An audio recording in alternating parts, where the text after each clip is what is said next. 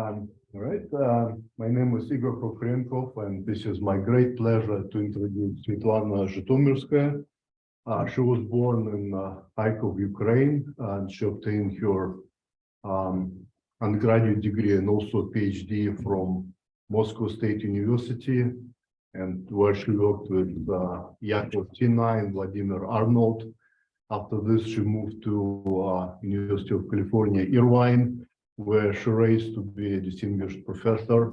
Currently, she is the inaugural Hubbard Chair Professor of Mathematics in Georgia Tech. Well, Svetlana was awarded Sutter Prize from American Mathematical Society, Heinemann Prize for Mathematical Physics, Ladezhinskaya Prize also for Mathematical Physics, and she was a plenary speaker at the 2022 International Mathematical Congress. Thank you very much for the introduction, and it's so rare that my last name is pronounced correct. But okay, so I guess you consulted Wikipedia.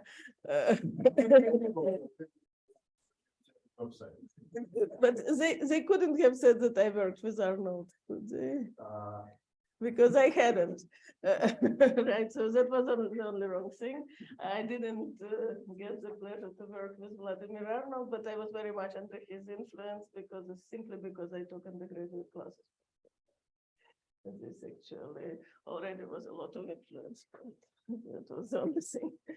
Okay, so, and thank you very much for inviting me. So I'm not from Texas, and I'm not studying geometry and topology. So I was thinking of an excuse and so introduce this topological phase transition, but they will only come towards the end of the talk, so be patient. Okay, so let us start with the following object, which hopefully is simple. So it's a discrete two-dimensional Laplacian. It takes a sequence in L2 of Z2, so a sequence with double indices, and maps it into the sequence like this. So why do I call it Laplacian? If you study more traditional Laplacians, you would probably want me to put a minus and to also subtract the center term. But it actually doesn't matter in the discrete world because this guy is bounded anyway, and subtraction of discrete term only shifts the spectrum by a constant, so it doesn't matter. Okay. So actually, this should not be viewed as a discretization of the two-dimensional Laplacian on the plane. It does come in physics as a model in its own right. It's a so-called tight binding model of an electron in two-dimensional case. Okay, so, and then if you consider, so this is the self-adjoint operator in this Hilbert space, and you can consider its spectrum. Now, everyone knows what the spectrum is, right? Okay, good. So, and then it's not very difficult to see that the spectrum is equal to the interval minus 4, 4. That's because this operator, by taking double Fourier transform in both variables, is unitarily equivalent to simply multiplication by 2 cosine x plus 2 cosine y on L2 of the two-dimensional torus. So the spectrum is the range of this function, which is minus 4, 4. And now let us add a magnetic field. So what does it mean to add a magnetic field? Well, okay, so you're differential geometers, you know. So you just need to choose a gauge field, which in this case will be basically an assignment of weights to your edges in such a way that when you go around each plaquette, you incorporate in the counterclock direction, you incorporate 2 pi alpha. And any such choice of gauge, which will lead to an equivalent operator, and then you incorporate those gauges by multiplying these terms by e to the 2 pi by e to the corresponding a, here it would be am minus 1 and am plus 1 and so forth. So, and one such choice of gauge is called the standard Landau gauge, is when you give 0 weight to horizontal edges and weight equals to 2 pi m alpha, so it depends on m on the first index only, to the vertical edges.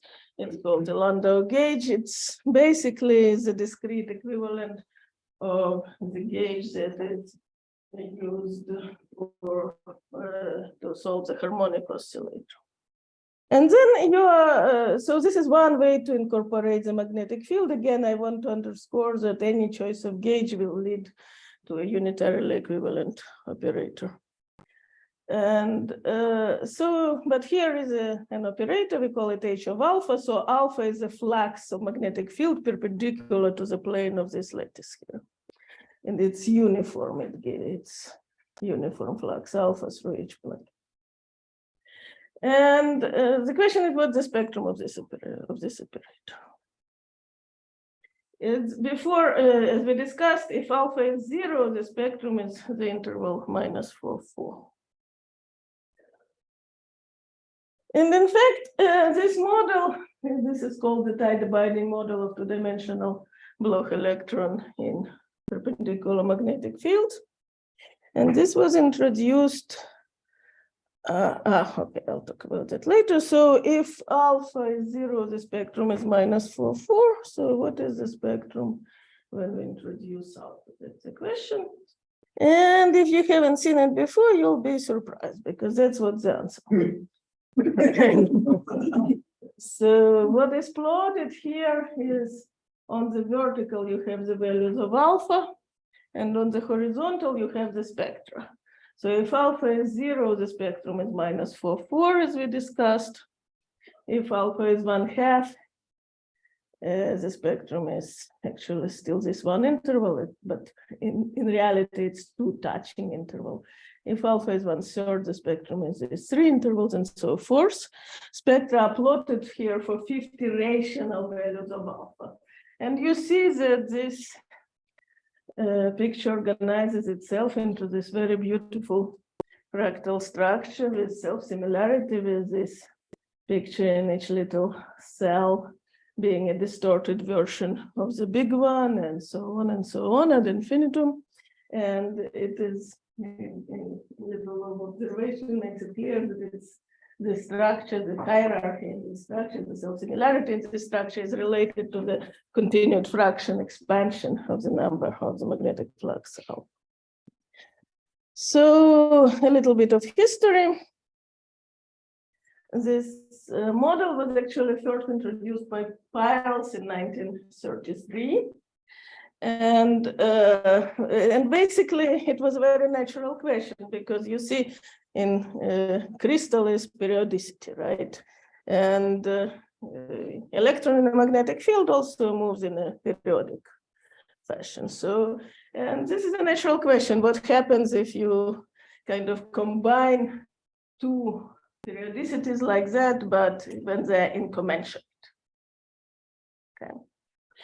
And so he introduced this model and he worked on it, wrote a paper in 1933, and then he moved on to some other projects. Anyone knows what projects? Manhattan Project, yes. But then after the war, he decided to look back at the important stuff. So he gave this project to his PhD student, Harper, who published a paper in 1955 that frankly, I don't really see how this paper goes beyond the more than 20 years old paper of his advisor. I don't really see what actually new stuff in it. Maybe Harper just needed to get his defense of it. But as a result, it's called the Harper's model. Happens sometimes. And it's, okay, before I move on, actually, you can also introduce a little anisotropy in the lattice, just favoring jumps certain direction in this parameter lambda. Okay, but Harper's model is extremely popular. Look.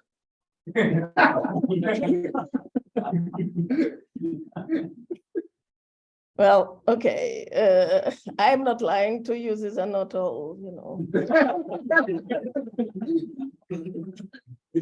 But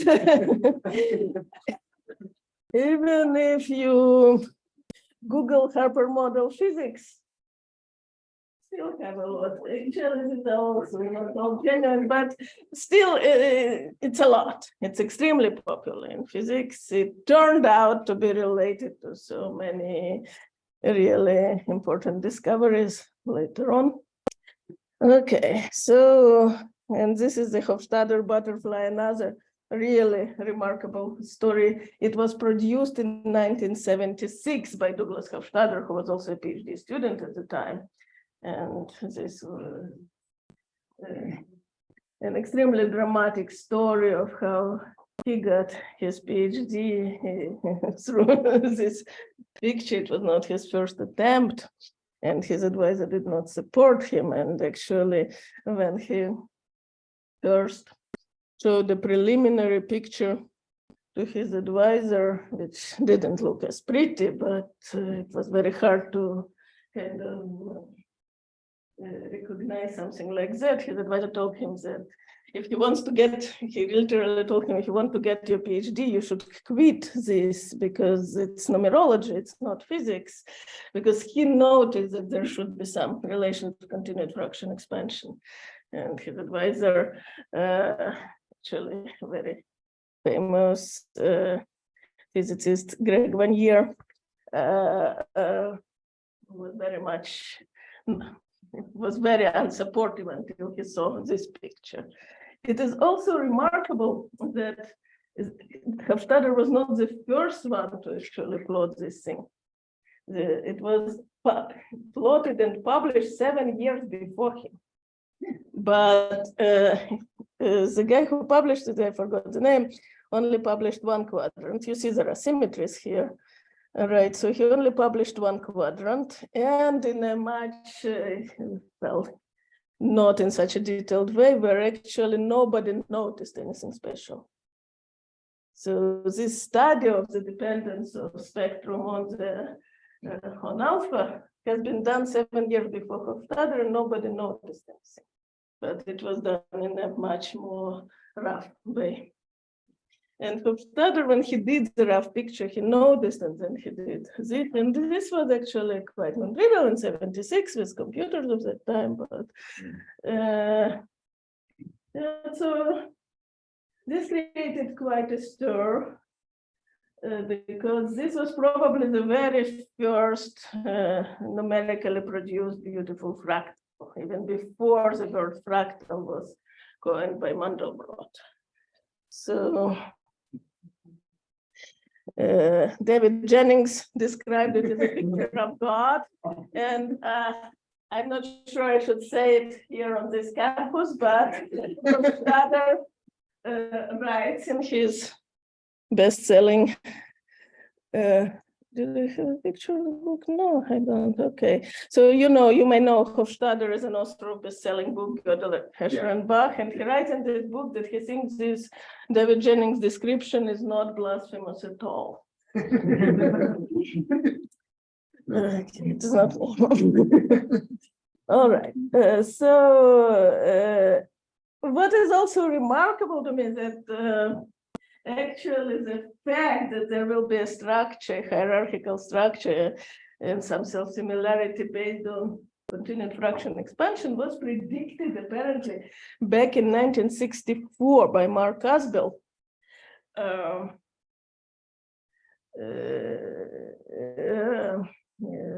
Kind of prominent Soviet physicist who became a dissident and then immigrated to Israel, and you may know him more as an Israeli physicist, but he was actually a native of my native town, Kharkov, and then worked in Russia before immigrating to Israel.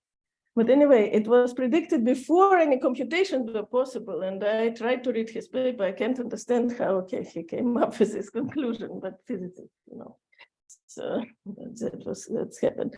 But anyway, so the interest of this model was really picked after this Hofstadter's picture, and in particular interest of mathematicians. And so one thing that was done already in the Pyrrhus work was that you see that this Landau gauge that Pyrrhus then introduced, you get an operator that is periodic in one variable, and then you can do basically Bloch-Locher decomposition in this one variable, which results in a family of operators, of one-dimensional operators on L2 of Z of this form. So basically the spectrum of this guy that we talked about, the beautiful picture, is equal to the union in theta. So this operator is unitarily equivalent to the direct integral of fiber operators like this in theta. That's what happens. And the spectrum, therefore, is equal to the union in theta of spectra of such operators. And you only need to take the union in theta if alpha is a rational number, because by some general theory, if alpha is irrational, it becomes an ergodic operator. I will talk about it in a second, and then the spectrum does not depend on the phase. So for irrational alpha, the spectra of this guy and this guy are simply the same. And this guy is called, so it's known under many different names. Physicists like to call it either Hofstadter model, Briand-Dreux model. I've seen something else also. In mathematics, it has only one name, the almost Mathieu operator. This name was coined by Barry Simon in analogy with the Mathieu operator, which is a continuous operator with cosine potential, but it doesn't have nearly the same interesting features. But still, like many names coined by Barry Simon, it stuck, and that's how mathematicians call it. Physicists insist on calling it something else all the time. Okay.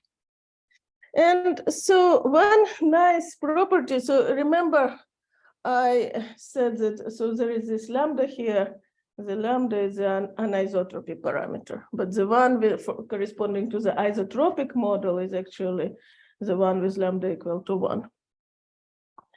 Okay. And this was something noticed by the physicist Briand-Dreux in around 1980. And became kind of a prominent mathematical problem popularized by Barry Simon, that this is a rare one-dimensional model which undergoes a metal-insulated transition. Namely, the transition happens precisely at this coupling lambda equal to 1, which is called critical, which corresponds to the isotropic model. And if lambda bigger than 1, you expect kind of an insulator. So pure point spectrum, it's in terms of quantum dynamics corresponds to no transport, no quantum transport and insulator. And lambda less than 1 corresponds to actually excellent transport. So metal, pure absolutely continuous spectrum. And there has been and the critical coupling is the boundary of positions. So this was sort of a conjecture by Briand-Dreux, who, of course, being physicists, they didn't pay enough attention to. They formulated as a theorem in their paper, but of course they didn't prove anything. And what they formulated was actually wrong, because in this regime, it's not at all true for all alpha or even all theta, but it is actually true for almost every. In this regime, actually, the conjecture turned out to be correct. There was a long history culminating in the work of Arthur Avila in 2010. But right now, for the purpose of this talk, I'll be interested in the following question, namely the existence of eigenvectors. So according to this history, I don't want to give full details, but if lambda is less than 1, there are never any eigenvalues. If lambda is bigger than 1, then for almost all parameters, there are plenty of eigenvalues. What happens at lambda equal to 1? This critical coupling. That's my question. So that's my question. And here are the past results. Okay, so the first past result was in 87 by François Delon, who proved that even if there are eigenfunctions, so eigenvalues correspond to L2 eigenfunctions, right? But even if there are eigenfunctions, they cannot decay very fast. They cannot be in L1. And I'll prove it for you in a second. It's very simple. Then in 97, in our joint work with Gordon, Last, and Simon, they actually proved that for almost every, we are talking, of course, only about irrational alpha. For rational alpha, operator becomes periodic, and then there is absolutely continuous spectrum, and definitely no eigenvalues. So we proved that there are no eigenfunctions for almost every phase. Unfortunately, this result has a gap that was later found by my student Christoph Marx. But luckily, soon after Christoph realized that, Avila gave a different and much simpler proofs that actually it is correct. And not only this is correct, but so we just, our gapped proof claimed no eigenfunctions, just measure theoretically for almost every data, and his proof shows that there are no eigenfunctions except for possibly countably many data satisfying this condition. And this existed for a long time as a preprint, but then later was incorporated in our joint paper with him and Marx, where we study a more general model. Okay. So you see the pattern here? 87, 97, 08 is basically 07, 17, right? So the next result is expected is 27, right? It's not 27 yet, but I must say, so what was left after Avila is just this countable set of parameters. And it was extremely annoying because it was really not clear what happens, not clear to any of the experts. Worse yet. So as I said, so this Avila's result was incorporated in our paper with him and Marx, which studied so-called extended Harper's model. Maybe towards the end I'll explain what it is. But in this extended Harper's model, there is a large critical regime where there are eigenfunctions precisely for this countable set of data. And moreover, Ruihan later proved that actually it's if and only. So it was not clear, and the next result expected by everyone in 27, but okay. The result is that the answer is no, there are no eigenfunctions, and I'm extremely proud of this paper.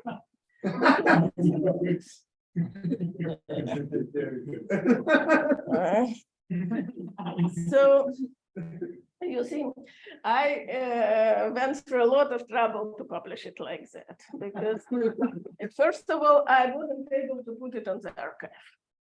The archive doesn't allow very short abstracts.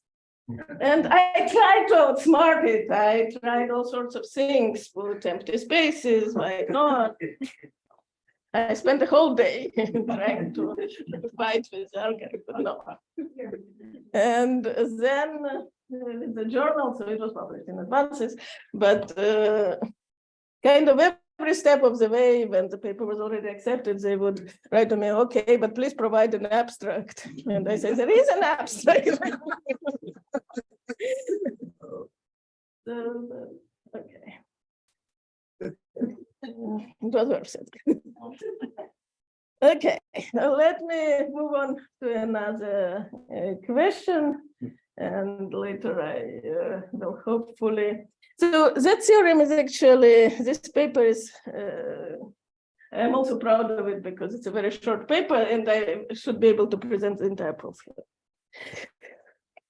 Okay, another question related to this model. There was this famous, in the same paper of Briandre in 1980, where they claimed this not entirely correct theorems that were later proved about the metal insulator transitions. They also made a claim about measure of the spectrum. This was actually not a theorem. This was based on their computations. And so remember the butterfly. So the butterfly corresponds to this, the butterfly I showed you. Actually, you have something very similar for every lambda, but this precise butterfly that Hofstadter produced corresponds to lambda equal to 1.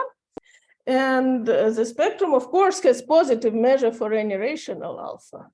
For alpha equal to 0, measure of the spectrum is 8, right? Minus 4, 4. And then so the claim is that measure collapses completely as long as alpha is irrational. Okay. So, and this was proved by Yoram Last in 1994 for almost every alpha. Unfortunately, so this would have been actually kind of satisfying. Yeah, I must say that this was one of the problems very heavily popularized by Barry Simon. So in 1985, he published a paper, 15 Problems in Mathematical Physics. And out of these 15 problems, so these were problems he deemed very important, like existence of crystals, right? Something really important. And then there were a couple of problems related to this almost mature operator, including that metal insulator transition and including this problem. So of course, this turned out to be a little more accessible one, existence of crystals. So, and this was solved, but Barry Simon was not satisfied. And actually physicists were not satisfied because this almost every alpha that last were alphas with unbounded coefficients in the continued fraction expansion. This is in almost every set, but unfortunately it excludes the golden mean. And if you know that for the physicists, there is only one irrational number, the golden mean, right? And so he had to exclude that, and it's completely unsatisfactory. And Barry Simon also, you know, he's physicist by training, he also thought it wasn't satisfactory. So he included this problem in his list of the problems for the 21st century, which he published in year 2000. And it was solved by Avila Krikoyan in 2006, also for almost every alpha, but luckily they imposed a Diophantine condition, which is kind of the opposite. So these two results together cover the whole thing.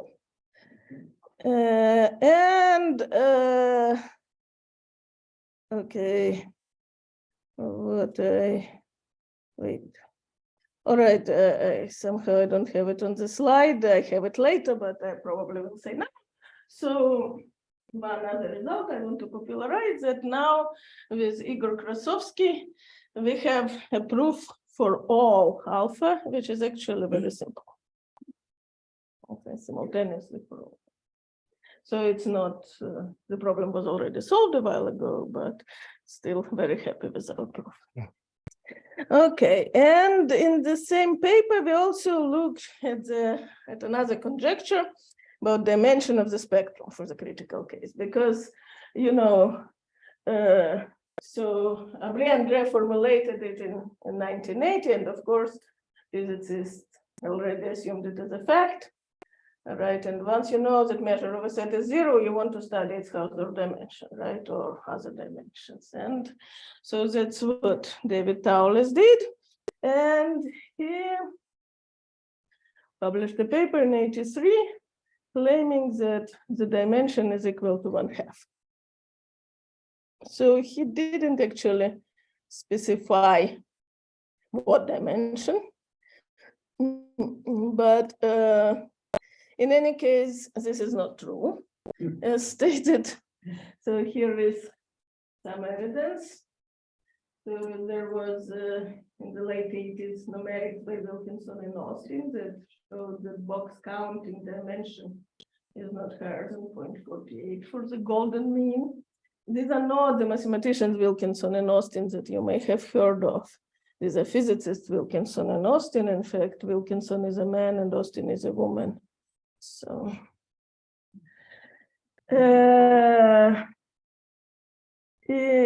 more recently, like a couple of years ago, with Shiven Zhang, we showed that box counting dimension is actually equal to 1 for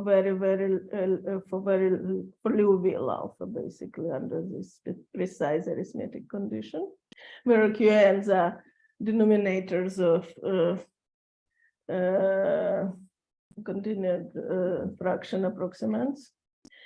And even more recently, Avila, Lashranis, and Joe showed that for the same alphas, for the same set of alphas, Hausdorff dimension is equal to 0. So the situation is a little complicated. From these three, you may assume that Hausdorff dimension is actually always equal to 0, but this is not true either. There was also recent work by Helper, Liu, Ku, and Zhu, showing that for certain alphas, actually, alphas is bounded by very large coefficients in the continued fraction expansion. Hausdorff dimension is positive. These are the same alphas that were studied by Alfersius-Tran in the early 90s. So one thing that you may notice is that all those talk about sets of measure 0. All right, all those. So the conjecture, Tauler's conjecture may still be true for almost all alpha, for all we know. All right. And anyway, so this was put on Barry Simon's new list of hard solved problems in 2019.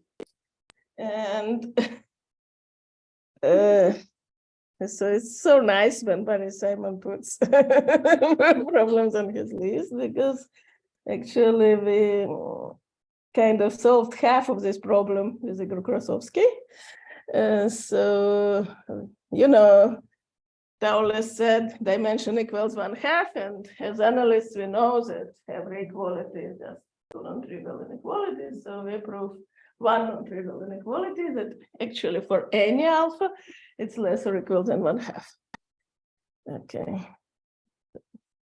Yeah, okay. So now I do have some time. So I want to give you the full proof of the no eigenvalues thing, because, you know, every good talk should have the proof and the joke, and hopefully they're not the same. I think I already made some jokes, so this will be the proof. But and after that, I'll explain some stuff that goes into the other proofs. Okay, so first, there is, so this Briand paper, the physicist paper from 1980 that I already mentioned a number of times. So the main thing they actually did is they realized that this family under a certain transform that mathematicians later wrote as a certain unitary transform onto the entire family is mapped. So this family for lambda is mapped into the family, the same family with 1 over lambda. And this is called the breed duality. So there are many different manifestations of it, but let me just explain one. So,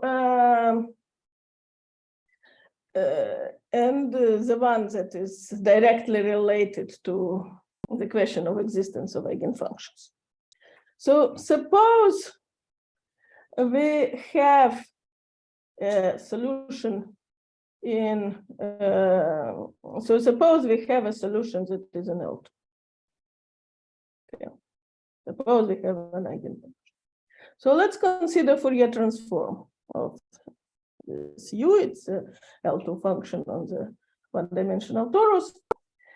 And so basically what Abriand noticed in this guys is the following, that if we look at the following sequence, formal sequence, so we take the values of Fourier transform at x plus n alpha and then multiply by this phase factor e to the 2 pi I in theta, it's just a computation basically, that then it formally solves this guy. So this is definitely, if you use an L2, this has no chance of being an L2, right? But this is a formal solution of this, just a solution. Are you summing over n or? No. So this is a sequence. So this H alpha x maps a sequence into this sequence, right? Right, but what's your Vx? My Vx is this sequence with which n's component is given by this. It's a sequence, right? Okay. So it's a formal solution like that. Okay, good. And now let me just give you. So basically, that was the reason how Abriand argued. They said, look, if for lambda bigger than 1 is, for example, there is a decaying solution, then this guy is kind of a Bloch wave, and so there will be Bloch wave solution. So if the spectrum is pure point on one side, then it is absolutely continuous on the other side, and so. But of course, this is not as simple. But basically, that was their original argument. Okay, and so. What is de Leon's argument? Original is that there cannot be L1 solution. Because if you, and of course, this is an L2 function. So this exists for almost every x. So this actually solves it. This makes sense in L2 sense. So therefore, for almost every x. But if you were in L1, then, oops, this should be 1. If you were in L1, then this would be a continuous function. And this would make sense for all x, in particular for x equal to theta. All right.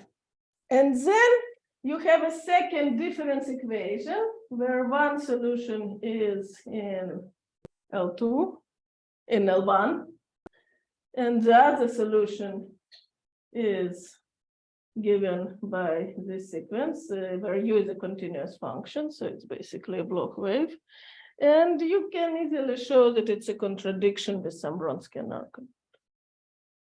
So basically that was the law. Okay. Now, Avila's argument. It's also based on a very simple observation that it's an equation with real coefficients. And therefore, if this guy solves it, then so does its complex conjugate. All right. And therefore, if V and its complex conjugate are linearly independent, then you have two linearly independent solutions, which you can use to basically reduce the corresponding transfer matrix cocycle. I don't want to go into it right now, although David may want me to talk about cocycles, but I don't have time for that. So basically, that was Avila's argument. It involves some other beautiful consideration, but it was very simple. It's a one-page book. to the rotation by theta if they're independent, and then again come to a contradiction. But it is, you really need this independence. And then you can show that they're linearly independent. So you can show what I validated that they're linearly independent. Actually, yeah, it's not very difficult to show that they're linearly independent if and only if this condition does not hold. And if this condition does hold, they are linearly dependent. So this argument completely breaks down. You don't have these two independent solutions, you don't have reducibility. Okay, so what do? We introduce the new transform. So that's how it looks. And again, let's start with the same line of arguments. So we start, suppose we have a solution in L2, all right? And let's look at this L2 function on the torus. It's still L2 function. I just, write coefficients in L2. And then a computation shows, similarly as before, that for almost every x, if we introduce this guy, if we introduce this guy, so again, it's well-defined, it's an L2 function, so it's well-defined in L2 sense. So if we introduce this guy with this phase factor, it's a computation that then if U solves this original equation, then this guy is a formal solution for another operator where you have moved the cosines of the diagonal. So originally, you basically had a double infinite matrix with cosine, I call it x plus an alpha here, once near the diagonal. And here the new operator has zeros on the diagonal, again double infinite, and then this 2 cosine, here it was also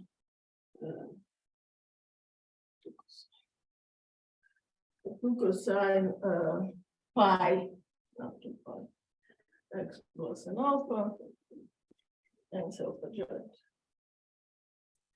Okay. So it doesn't look like I achieved anything, so what, right? But let's see. So as we said, so this is a tilde, this is H. Okay. So again, let's say what we said. We start with this solution in L2 of Z and want to come to a contradiction. Okay, so if there is this guy, then this thing where Ux was introduced through that strange transform solves formally this guy, but this guy is also has real coefficients, right? So the same argument applies. If U solves, then so does U complex conjugate, right? Again, we don't know whether they are linearly independent or not, but let's see. In any case, we know, maybe they're one and the same thing, I don't know. But in any case, the Wronskian is constant in N. Right, these are two solutions to second difference equation. So here I just compute the Wronskian. Because remember,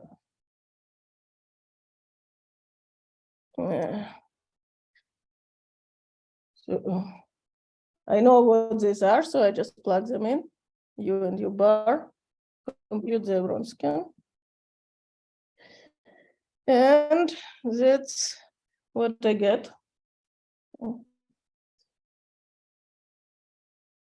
That's what I get. So this is the value of the Wronskian at point n. This is the imaginary part. So this A of alpha theta is something that I was too lazy to write down, but what is important is that it does not depend neither on X nor on N, something.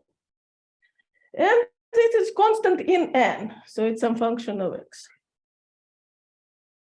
So it is just the constancy of Wronskian, what you teach your students in ODE classes. So this happens for some C of X, it's for almost every X because it holds an L2 sense, right? But true for all. But if alpha is rational, you see, what does this say? It says that some function is constant along the trajectory of the irrational and therefore ergodic rotation. Therefore, we have that, again, for almost every X, this function that we evaluated along the trajectory of the rotation is actually a constant. There is a constant that does not depend on X. All right, that's ergodic theory. Agree? Okay, so I just wrote down what this function is here. This was imaginary part. I spelled it out. What is the imaginary part? Okay, good. So I just rewrote what I had there.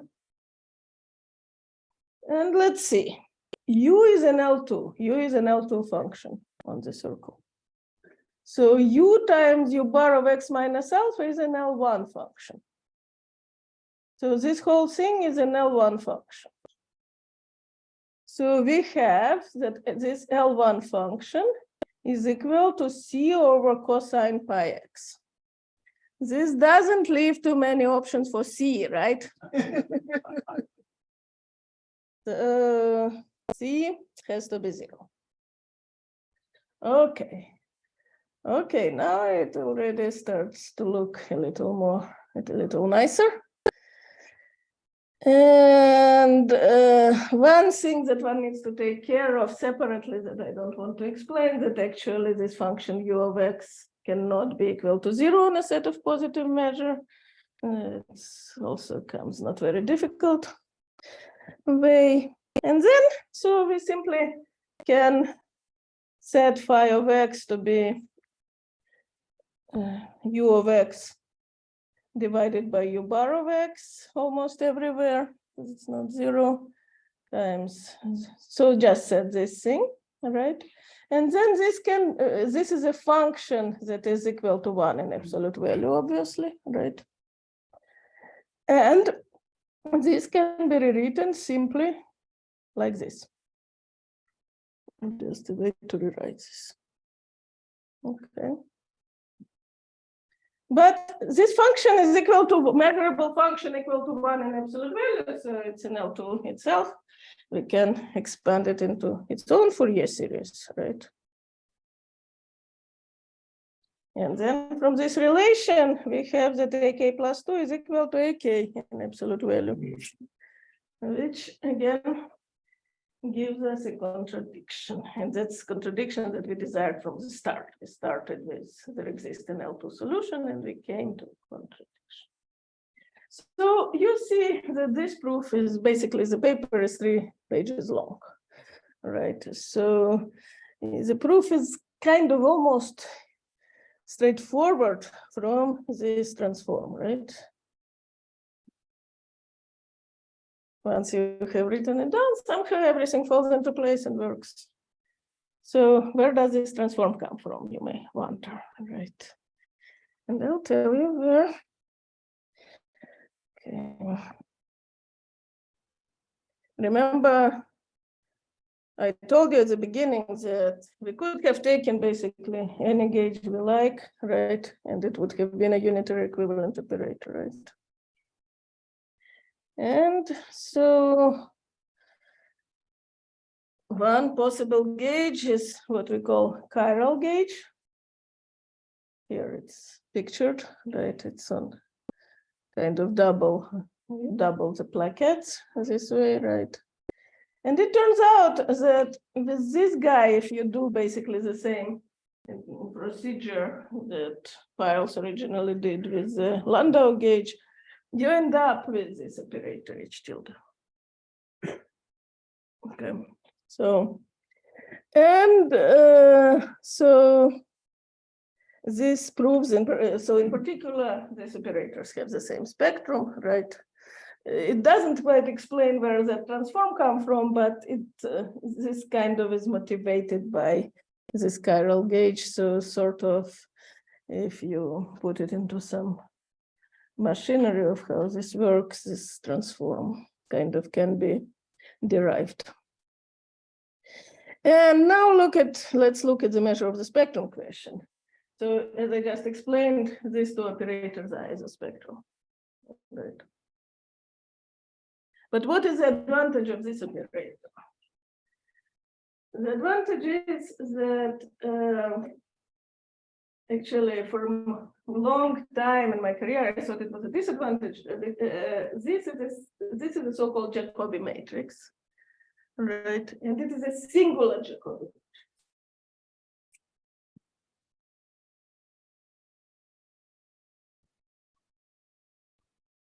Singular Jacobi matrix means that coefficients near the diagonal can come as close to zero as you wish.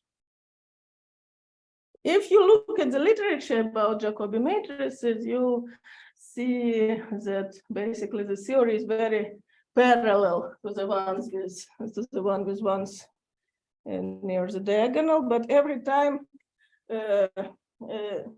non-singularity is assumed, because who cares about singular Jacobi matrices, right? And basically all the parallel theory has been developed for non-singular Jacobi matrices. Now, for a while already, I had to work with singular Jacobi matrices that appear in the extended Harper model that I already mentioned. And all the time, it was a challenge to prove something for singularities, right? You had to do extra things. I had a lot of work with students with that. But here, the singularities are our friend, because once you have a singular Jacobi matrix, so anything on the diagonal, and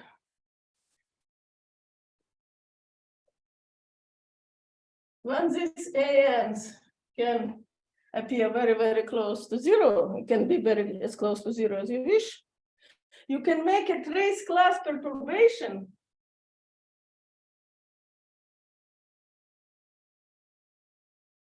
to a matrix divided into blocks. Just take a subsequence that is in L1, right, and decouple along this subsequence. All right. Then it's a trace class perturbation of a matrix consisting of large but finite blocks, which definitely has no absolutely continuous spectrum. Therefore, this one doesn't have absolutely continuous spectrum either. So singular Jacobi matrices never have absolutely continuous spectrum. And then there is Kotani theory. So that was first ingredient, so absolutely continuous spectrum is empty.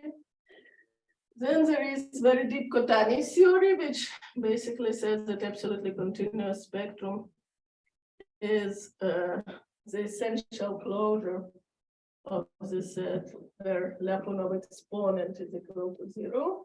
Again, people who work with Kosaikov know what that is. I don't have time to explain, but there is a certain concept, so there is a certain relation like that. And again, Kotani theory has been worked out in the literature for non-singular Jacobi matrices, but we checked that it actually applies for singular ones with certain condition on singularity, which holds here. And finally, it is not easy to, it's not difficult to show in this case that on the spectrum Lyapunov exponent is zero. So the combination of these three shows that Lyapunov exponent is zero on the spectrum. And if spectrum had positive measure, there would be some absolutely continuous spectrum. Yeah, it is empty. So this is a very simple proof.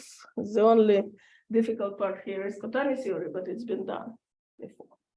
Right, long before, in the 80s. So basically, this is a very simple proof of the measure of the spectrum conjecture. And I think I need to stop. So I never got to this topological phase transition, but you know, at least I had them in the title. Okay.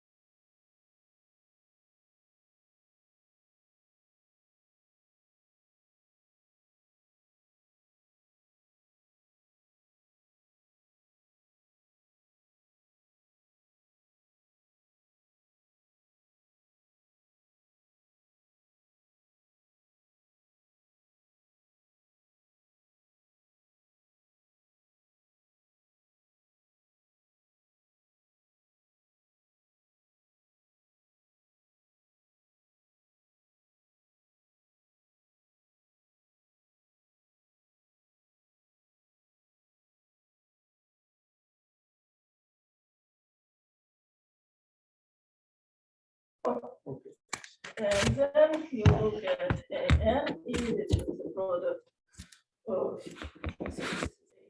X, product of AE of X plus K alpha from N to 1. Okay. And then Lyapunov exponent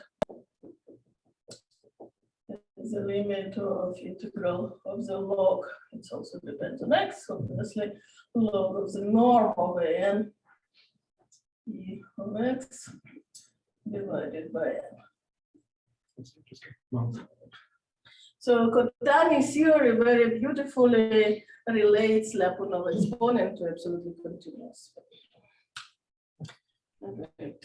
So basically, it's a measure of exponential growth of solutions, but it shouldn't be taken very literally.